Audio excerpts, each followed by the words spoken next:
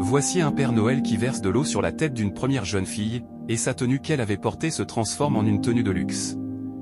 Tout à coup, un vieil homme dans une maison inachevée observe la scène avec étonnement. Une seconde jeune fille arrive, et il lui verse aussi de l'eau sur la tête. Elle aussi sa tenue s'est transformée également en une tenue de luxe. Le vieil homme, de plus en plus perplexe, continue de regarder. La jeune fille danse et fait signe au Père Noël. Ce dernier appelle une autre personne, qui se transforme leurs vêtements aussi après qu'il lui verse de l'eau sur la tête. Le vieil homme reste figé, réfléchissant, la main sur le menton, à ce qu'il pourrait faire. Pendant ce temps, le Père Noël appelle une autre personne, mais cette fois, c'est un homme. Avec l'eau de son seau, il transforme sa tenue aussi en une tenue de luxe. Il continue de regarder et fait des gestes de la main, de gauche à droite. Un autre homme arrive, et lorsque le Père Noël lui verse de l'eau, sa tenue qu'il avait portée se transforme en une tenue de luxe.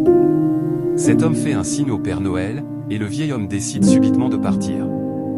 En chemin, il regarde derrière lui et se dirige vers le Père Noël avec l'idée de changer lui aussi sa tenue en une tenue de luxe. Le vieux arrive devant le Père Noël, prend un petit récipient pour y mettre de l'eau, puis le tend au Père Noël en lui demandant de lui verser l'eau sur la tête pour que sa tenue transforme aussi. Mais lorsque le Père Noël verse l'eau sur sa tête, son vêtement devient celui d'un fou, ses habits sont déchirés et en lambeaux. Furieux, le vieux décide de pourchasser le Père Noël. Il continue à le poursuivre jusqu'à attraper le seau contenant l'eau, qu'il renverse entièrement sur sa tête. Mais cette fois, son pantalon disparaît, et il se retrouve en caleçon. Voici une dame voleuse qui dérobe des biscuits et des bonbons à une petite fille qui les vend, sans savoir que la petite fille lui volait aussi ses billets dans son sac à main. Un homme, curieux, observe leurs gestes de loin et suit attentivement la scène. Après avoir volé la majorité des biscuits et bonbons que la petite fille portait sur la tête, la dame dit « Merci, je ne veux plus rien acheter » et continue son chemin. Elle a en fait volé la majorité des biscuits et bonbons pour les mettre dans sa voiture. Alors qu'elle s'apprête à ouvrir la portière de son véhicule, l'homme qui observait la scène sort de sa cachette et interpelle la dame. « Vous avez une voiture, et pourtant vous volez les biscuits d'une petite fille dont la mère lui a demandé de vendre. Et vous qui conduisez un véhicule à 350, vous volez des biscuits sans même payer la fille ?» La dame commence à supplier l'homme et dit qu'elle n'a pas d'argent. L'homme lui demande de regarder dans son sac à main. Surprise, elle demande « Quoi ?»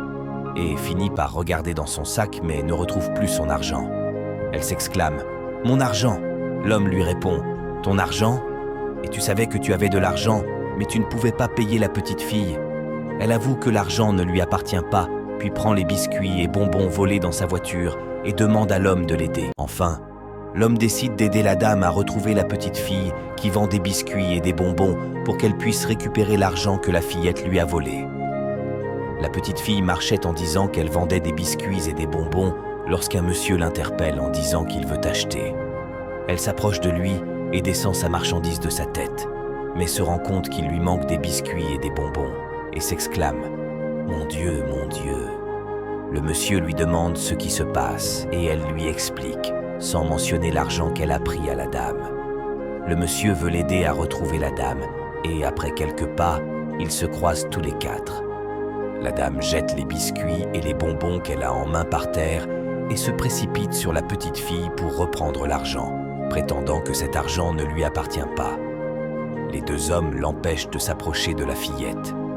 Le monsieur demande à l'homme qui a observé la scène de raconter ce qui s'est passé et celui-ci explique la situation. Le monsieur s'exclame « Oh mon Dieu !» et accuse la dame en lui demandant comment elle peut faire une telle chose alors qu'elle possède un véhicule très cher. La dame supplie les hommes en répétant que l'argent ne lui appartient pas et continue de les supplier. Les deux hommes demandent à la petite fille où se trouve l'argent qu'elle a volé. L'un des hommes regarde dans le sachet qu'elle tient en main, prend l'argent et le remet à la dame. Le monsieur demande à la petite fille pourquoi elle a fouillé dans le sac de la dame pour voler son argent et ce qui l'a poussée à faire cela. Les deux hommes disent à la fillette de ramasser les biscuits et les bonbons qui sont par terre. La dame présente des excuses aux hommes et s'en va. Le monsieur dit à la petite fille de se méfier et elle part. La dame est vraiment contente d'avoir retrouvé son argent. N'oubliez pas de vous abonner pour la suite à venir.